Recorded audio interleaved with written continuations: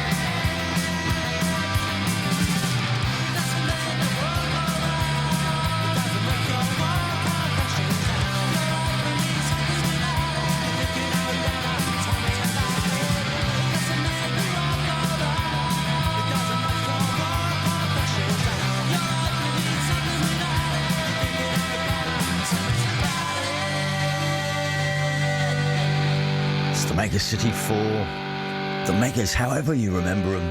If you remember them at all, given as we are going back a little way. But the Mega City 4 were really at the head of a new wave of bands who saw their way to finding fans, not through the press, but by going out and playing a shed load of gigs at the end of the 80s, start of the 90s, which is what they did. I mean, in a succession of, to say, slightly dodgy transit bands. I was in a van with the Mega City 4 once. I'd taken a week off work. We were en route from a gig they played in Norwich to Bradford, I think. When I looked down, I noticed that there was a hole in the floor of the van which had just been rusted away. You could look down and see through the floor of the van and beneath just the motorway flashing by. We all got colds on that tour as well, bless them.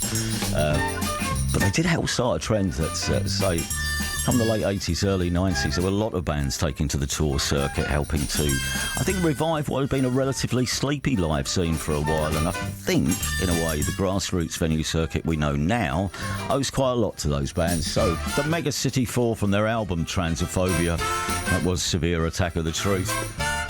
And now, now with COVID-19, how will the grassroots circuit of small venues survive without gigs, without audiences buying tickets, without people propping up the bar, literally and financially?